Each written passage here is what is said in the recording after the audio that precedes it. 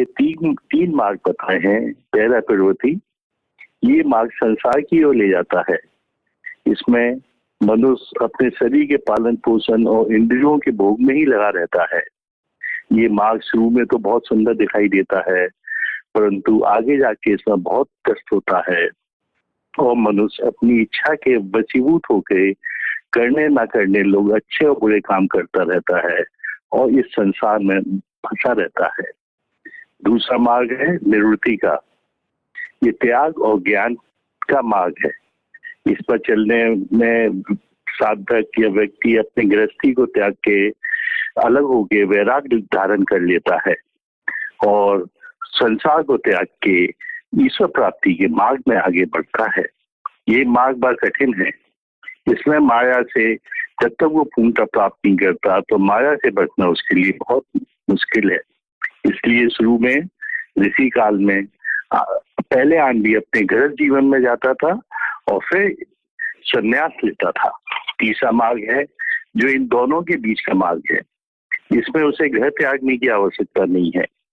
वो घर पर ही रहकर ईश्वर प्राप्त करने की साधना कर सकता है। घर पर रहकर साधक को केवल अपने भाव बदलने होते हैं। वो पहले जो काम अपनी इच्छा से और अपने लिए कर रहा था वो उसे ईश्वर की इच्छा और उसकी आज्ञा समझ के करना पड़ता है और इसको करने के लिए उसको घर त्यागने की जरूरत नहीं है। वो इस काम को गृहस्थी में ही कर सकता है। इसके लिए उसे किसी मार्गदर्शक की जरूरत होती है। वो मार्गदर्शक ही गुरु कहलाता है। गुरु तीन प्रकार के होते हैं। पहला प्रारंभिक गुरु, जो कि साधक को संसार से मोह कम करके उसे थोड़ा बहुत ईश्वर की ओर मोड़ते हैं। दूसरा सदगुरु होते हैं। उनकी भी एक लिमिट होती है। वो साधक को मनोमय कोष तक ले जा सकते हैं और मन को अपने अधिकार में लेने की साधना करा सकते हैं। इसके आगे एक समर्थ गुरु होते हैं जो ईश्वर से सब शक्तियां लेके आते हैं और अपनी इच्छा मार्ग से भी कुछ से कुछ कर सकते हैं। जब ऐसा समर्थ गुरु मिल जाए तो साधक को उन पर पूर्ण विश्वास और श्रद्धा के साथ उसके बताए हुए मार्ग पर चलना चाहिए। ये समर्थ गुरु अपनी शक्ति से साधक को इस संसार के माया से बचाते हैं। ये संसार माया का बंधन है। उसकी शक्ति से कोई नहीं बच पाता। वही बच पाते हैं जो किसी गुरु की शरण में जाते हैं। इसलिए साधक का ऐसे गुरु के लिए अपने मन में पूर्ण समर्पण होना बहुत जरूरी है। समर्पण मुंह से कहने की चीज नहीं है। ये एक अवस्था है। ये एक महसूस करने की चीज है और उसे अपने जीवन में उतारने की चीज है। जैसा जैसा समर्पण साधक का गहरा होता जाएगा वैसे वैसे उसके अपने गुरु के निकट पहुंचता जाएगा। और समर्पण के लिए जरूरी यह है कि पहले साधक गुरु की बताई हुई साधना करे और उनका चिंतन करे। गुरु को हमेशा अपने साथ देखना और महसूस करना ही चिंतन कहलाता है। ये जब साधक करता है तो उसका मन में गुरु के लिए प्रेम बढ़ता जाता है और उतना ही उसका समर्पण बढ़ता जाता है। वो हमेशा अपने गुरु की ही याद में लगा रहता है। जो मनुष्य सब में ईश्वर और सबको ईश्वर में देखता है वह ऐसा ही मनुष्य पूर्णता को प्राप्त करता है। मृत्यु के समय जो मनुष्य के विचार होते हैं उसी के हिसाब से उसको अगला जन्म देना पड़ता है। इसलिए मनुष्य को ये जरूरी है कि समय वो ईश्वर का स्मरण या अपने गुरु का स्मरण करता रहे, तभी उसके वो आदत में आएगा और वो ईश्वर को प्राप्त करेगा। जो भी है उसको जाता है, दृष्टा भाव आ जाता है। वो यही समझता है कि मैं कुछ नहीं कर रहा, मेरा अच्छा कार्य हो चाहे बुरा कार्य हो वो मुझसे ईश्वर ही करा रहे हैं। यही कर्म में कर्म कहलाते हैं। इसलिए मनुष्य के संस्कार नहीं बनते। वो पुराने संस्कार को भोग लेता है और ईश्वर की याद में रहता है और अंत में जाके वो उसमें ही मिल जाता है।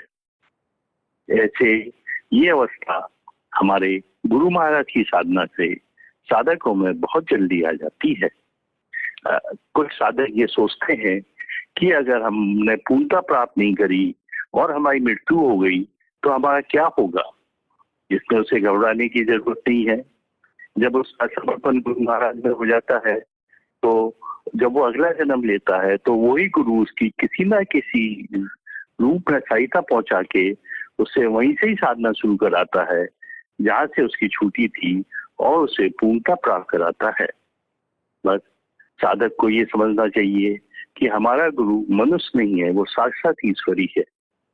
इससे साधना करने से उसकी विवेक शक्ति जागृत होती है और उसके दिव्य नेत्र खुलते हैं, जिससे वो ईश्वर की सब लीलाओं को समझता है और उस ईश्वरी के लिए वो समर्पित हो जाता है। हमारे गुरु महाराज की साधना साधक को रोज सुबह शाम करनी चाहिए और गुरु महाराज ने कहा है जब वो साधना करे तब इस संसार को भूल जाए, बाकी वो अपना समय इस संसार में लगा सकता है। पर अगर संसार में रहते हुए वो चिंतन करता रहेगा तो बहुत जल्दी उसको पूर्णता प्राप्त होगी। मैं गुरु महाराज से प्रार्थना करता हूँ कि वो अपने सब साधकों को इतना साहस दें, अपना आशीर्वाद दें, जिससे कि वो उनके बताए हुए मार्ग पे चल सके। अब जिन भी साधक के सामने निवेद रखा हुआ है वो बड़े भाव से गुरु महाराज को उनको अर्पण कर दें। जब सब मिलकर उसको गुरु महाराज को अर्पित कर देंगे तो उसमें दिव्य शक्ति आ जाएगी और उनसे प्रार्थना करें कि वो इसे स्वीकार कर हम सभी लोगों को आशीर्वाद प्रदान करें।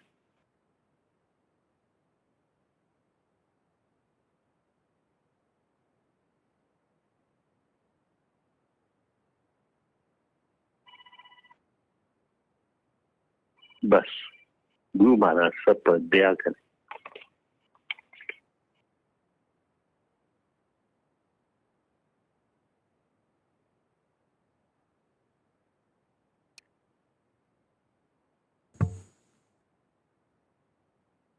हाँ, हम